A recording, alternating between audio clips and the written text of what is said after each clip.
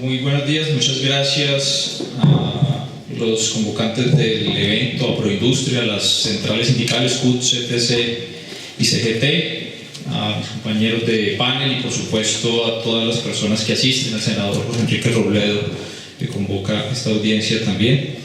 A mí lo que ya ha dicho Camilo y Guillermo pues me facilitan muchas cosas porque se han referido a muchos de los temas que yo iba a tratar. Iniciar diciendo algo que es obvio pero vale la pena mencionar es que nosotros en Colombia no producimos aviones, ni producimos trenes, ni producimos celulares, ni televisores, ni barcos. Bueno, no producimos videobin, por ejemplo, pero incluso también es difícil usarlos a veces.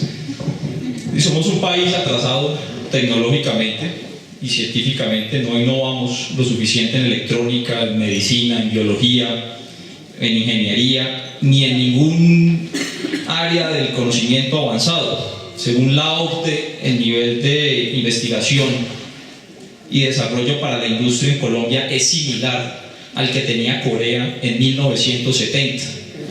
Entonces no es solamente que estamos estancados en la innovación en ciencia y tecnología, sino que como los otros países están avanzando, pues nosotros cada vez nos vamos rezagando más de esos países. Pues ¿cuál es la causa del atraso? Yo propondría mirarlo al revés. ¿Qué hicieron los países industrializados para lograr esos niveles de desarrollo en su industria? Aquí, pues como les decía, me facilita mucho que Camilo y Guillermo ya se han referido a eso. Yo voy a pasar muy rápido por este tema, pero cuando uno analiza el desarrollo histórico de la industria, en los procesos de industrialización de los países, siempre aparece un elemento común, sin excepción, que es el Estado. Aquí nos han, desde la Revolución Industrial en Inglaterra hasta nuestros días, y aquí nos han querido, digamos, vender una falsa disyuntiva en que tienen que haber Estado o mercado, cuando esa disyuntiva no existe porque es obvio que se necesitan ambos. Y de hecho en Colombia pues hay Estado y hay una fuerte intervención estatal. Creo que una pregunta que vamos a intentar resolver en este foro es ¿a favor de quién es esa intervención del Estado? ¿A favor de qué intereses? Pero si se mira desde los inicios, como les decía, de la Revolución Industrial, pues en Gran Bretaña, en el finales del siglo XVIII, tenía tantas prohibiciones a la importación que según Adam Smith excedía la capacidad de imaginación. En Estados Unidos, desde la independencia en 1776, se impuso aranceles proteccionistas, se prohibió la importación de artículos rivales a su producción, se otorgó subsidios, fomento de nuevos inventos, incluso se auspició la copia de productos extranjeros. A finales del siglo XIX se creó el Sistema Nacional de Economía Política con el objetivo de otorgar a la industria protección, infraestructura e impulsar la innovación. Después de la Segunda Guerra Mundial, en Inglaterra, Francia y Alemania se adoptaron medidas de control a la inversión extranjera con el propósito de cerrar la brecha tecnológica con Estados Unidos respecto a Estados Unidos. Se establecieron controles de cambios y controles de la inversión extranjera. En Inglaterra, para mencionar un caso puntual, se impuso restricciones a las empresas japonesas como Sony, Mitsubishi, Sanyo y Toshiba acerca del uso de componentes de procedencia local, de volúmenes de producción y de exportación. Por ejemplo, en 1981 a Nissan en Inglaterra se le forzó a comprar localmente el 60% del valor agregado. En Japón, a partir de 1967, solo se permitía un máximo de 50% de inversión extranjera, pero con estrictos requisitos de desempeño. No se permitía inversión extranjera en el sector automotriz y en la petroquímica. En Corea, en los años de mayor desarrollo de la industria, en Corea el 50% de las industrias estaban por fuera del alcance de la inversión extranjera, por fuera de la posibilidad de que la inversión extranjera ingresara a esos sectores, y en donde sí podía ingresar había un requisito y es que el 50%, por lo menos el 50% de ese capital tenía que ser capital coreano. Entonces cuando uno plantea esta realidad, los contradictores de la intervención estatal argumentan que esto fue posible en esa época, pero que en el mundo de la globalización es imposible seguir ese camino. Pues bien, tras la crisis de 2008, los gobiernos han venido actuando para intentar retomar la senda de crecimiento, creando incentivos y brindando protección a su aparato productivo. En Inglaterra, tras la crisis del 2008, se estableció una política industrial como vehículo para crear trabajos de alta destreza. En Estados Unidos, para poner un ejemplo puntual, se destinó $40.000 millones para salvar a General Motors y salvar los empleos de esta empresa.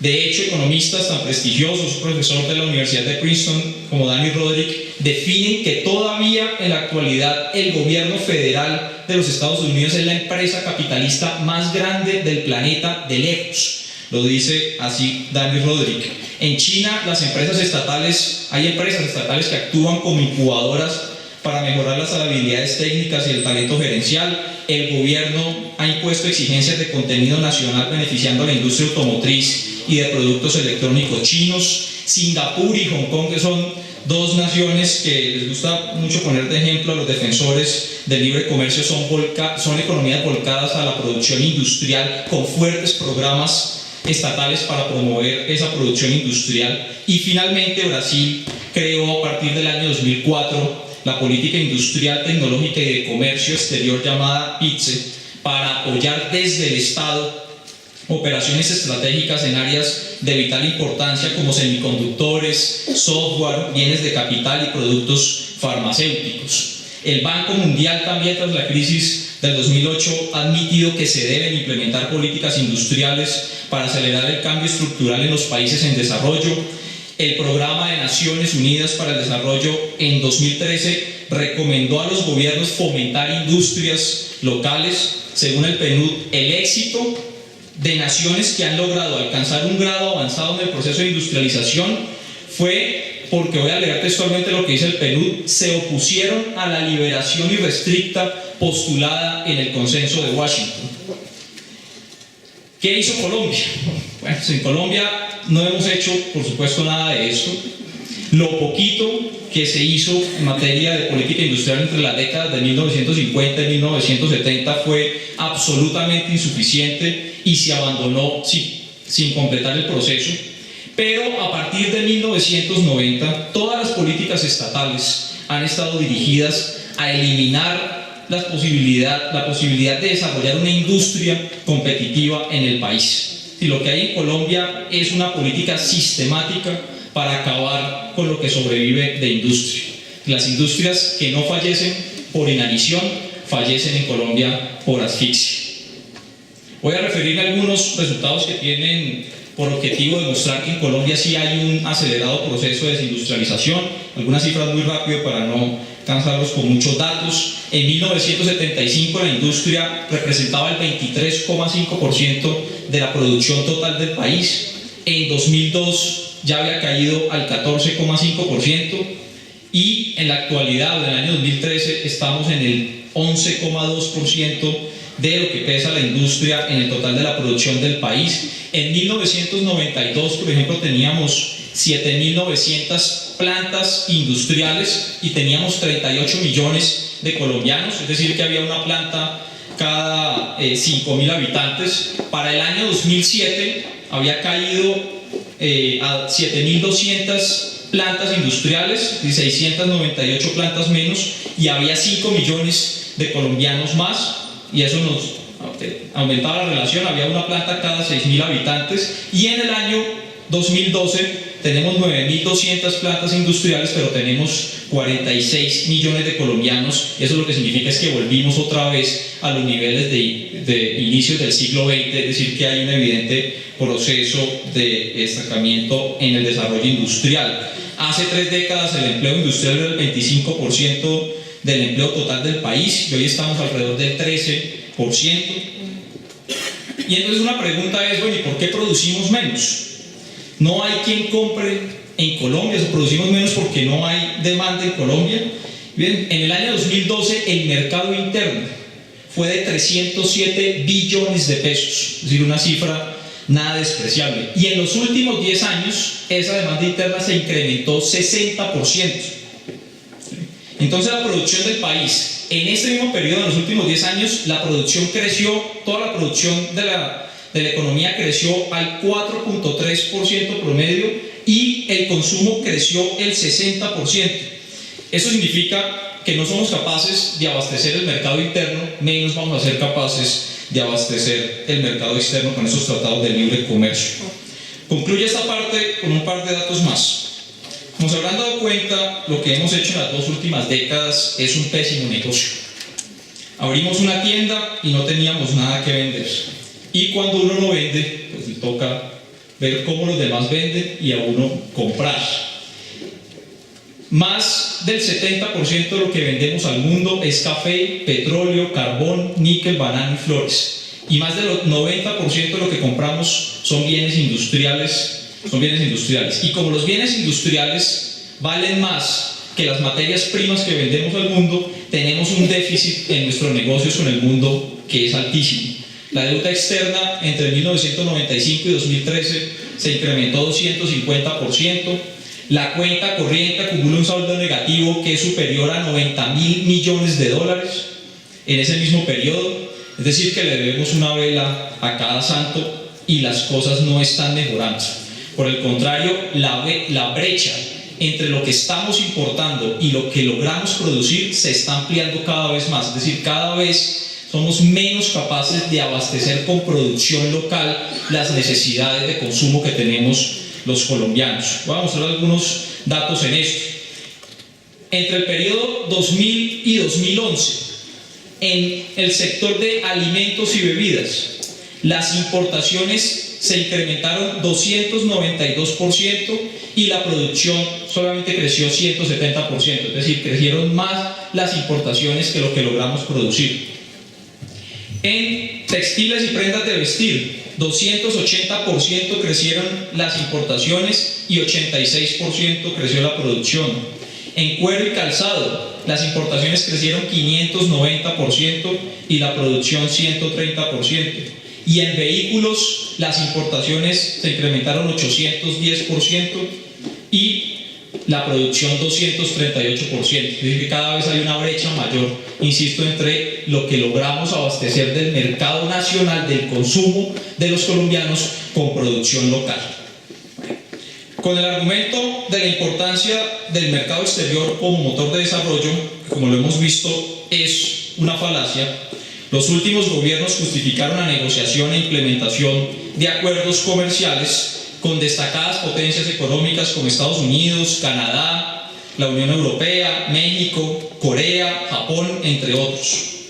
Hace una década, el empresario Emilio Sardi, que nos acompaña como conferencista, expresó que no existe evidencia que demuestre que entre más se exporta, más se crece.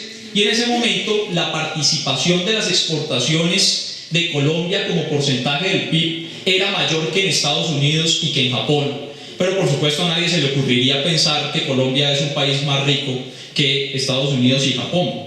Y ponía en contraste, en comparación a otros países como Angola y Guinea Ecuatorial, que exportaban entre el 93 y el 97% respectivamente de lo que producían estos países. Pero 10 años después yo realicé este mismo ejercicio y no solamente se sostiene la idea planteada por el doctor Sardi, sino que me permitió agregar unos elementos adicionales que me tomaré unos minutos para compartir con ustedes. Yo tuve un grupo de países ricos, un grupo de países intermedios y un grupo de países pobres y miré cuánto era el comercio de estos países, y si se diera la teoría de que entre mayor comercio, más crecimiento, entre los grupos de países que tomé, el ranking de los 10 países más ricos entre ese grupo que tomé sería el siguiente.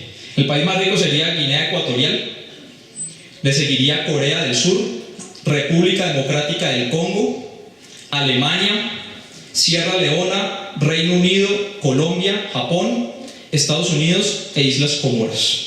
Pero, y eso es lo que me parece importante, por ejemplo, entre Corea del Sur y Guinea Ecuatorial habría una brecha altísima. Guinea Ecuatorial exporta el 94% de lo que produce y Corea del Sur 54%, o sea que a Corea le faltarían un buen tiempo para igualar en riqueza a Guinea Ecuatorial. República Democrática del Congo sería un país tan rico como Alemania, exportan el 48% de su producción. Sierra Leona sería igual de rico a Inglaterra, el 30% de su producción. Colombia sería igual de rico a Japón, 18% se exporta de lo que se produce, y Estados Unidos tendría un nivel de riqueza similar a Islas Comoras. Lo anterior intenta mostrar que no existe un patrón común entre la riqueza de las naciones y el nivel de exportación. Es decir, hay países ricos que tienen un alto grado de exportación, como también los hay en los que esta relación no existe. Entonces, una relación más cercana entre comercio y riqueza debe contemplar no solo cuánto se exporta, sino qué se exporta. ¿Y qué encontramos? Bueno, el 67% de las exportaciones del planeta son manufacturas. Y el 90% de esas exportaciones las realiza Estados Unidos, la Unión Europea y 13 países más, que además son responsables del 80% de las importaciones del mundo. Entonces, hablar de comercio mundial es un decir. Es el comercio de los países ricos del mundo responsables del 80-90% del comercio del mundo y el resto de comercio. Bueno, nosotros estamos en ese resto de comercio.